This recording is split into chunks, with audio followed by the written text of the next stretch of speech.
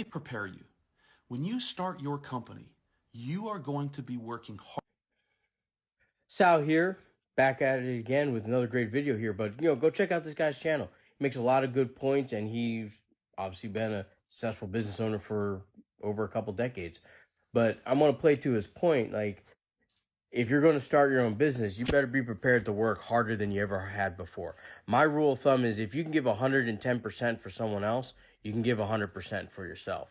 Because what I mean by that is, are you going to get up at 4 o'clock in the morning every day, nonstop, 7 days a week, every week of the year, every month, nonstop, and you're probably going to have to do this for 5 or 10 years before you even can say, okay, I can kind of put it down for a second and go take a break. And even still, you don't want to take a break because you still got to manage it, grow it, build it, do all this other stuff.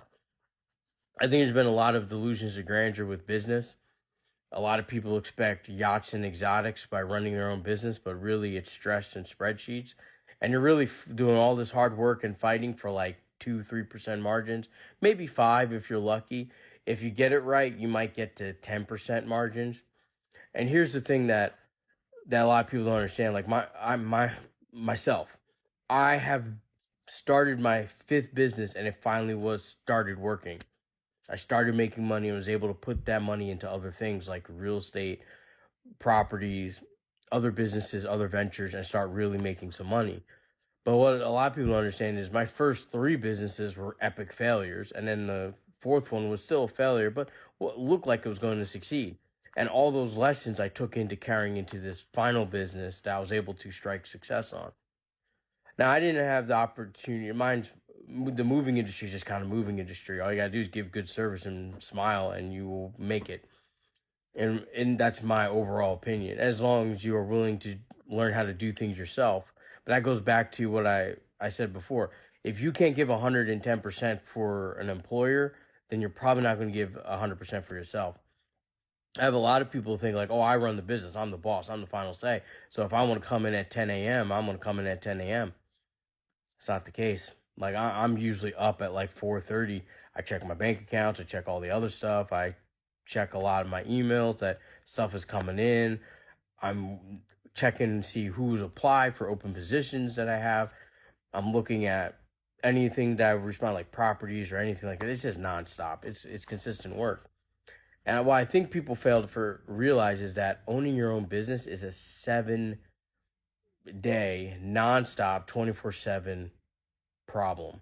And I think that's what people don't understand is that you can't just turn off your phone when you own your own business. You have to answer every single time.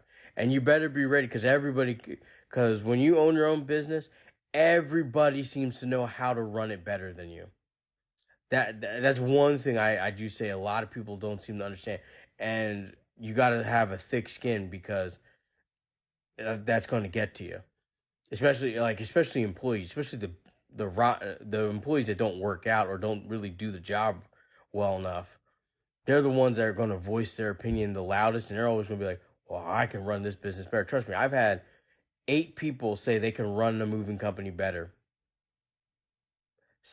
All 8 of them started their own moving company. 7 of those companies are gone. So most of them were gone within a couple months, and I think one guy still has his business, but he just started beginning of this year. So we'll have to see because now we're in March, and we'll have to see because you can't just survive off of like one job here and there. You got to have consistent work, right? But anyway.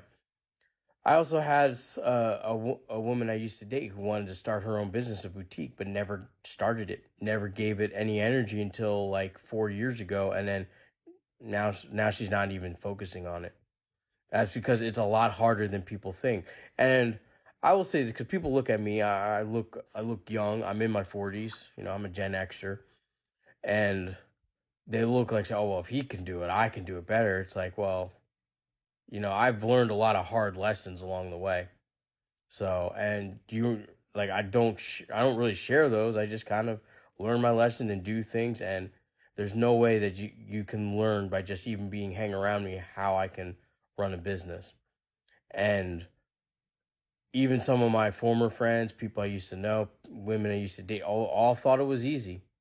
They thought it was easy. Look, if this idiot can do it, and a lot of them failed. And a lot of them stopped because it's a tremendous amount of work. Like, you will not have you won't have time for family and friends. You just won't.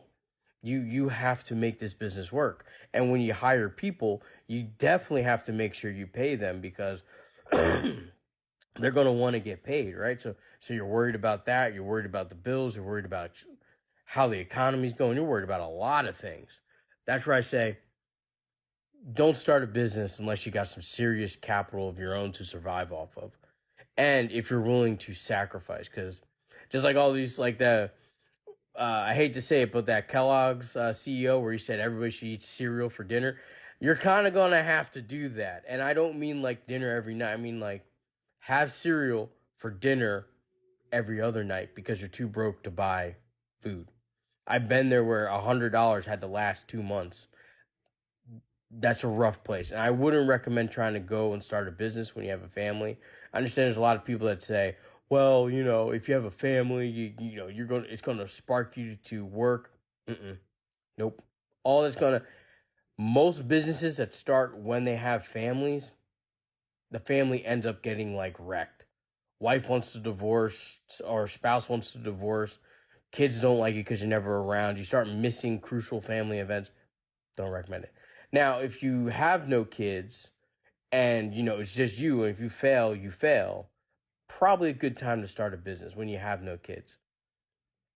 It's probably the best time, because then you don't have to worry about all the risk. The risk is just on you. Someone else is going to suffer when you make a bad decision. But, that's all you guys see. You see the yachts and exotics, and you're saying, yeah, I'm going to own my own business, escape the 9 to 5, and live the dream. I'm going to tell you right now, 9 to 5 saves lives. 9 to 5 saves lives. You can make more money working for someone else and doing a good job than you can starting your own business. And 99.999 forever repeating percent of businesses fail within the first year, within the first 5 years, within the first decade. And almost all businesses don't make it past the original entrepreneur. Just remember that. But anyway, like and subscribe. Follow me on all platforms. Give me some follows here too. I'm trying to reignite this TikTok channel. Did have 2,000 followers before, but now they blew up my account because I was showing my buy orders. My buy orders for all my stocks and my crypto and all that stuff. And I'll try to show you guys what I was actually doing. So, but like and follow. Go watch my YouTube channel. We're over 300 subscribers now. Help us support. Keep growing.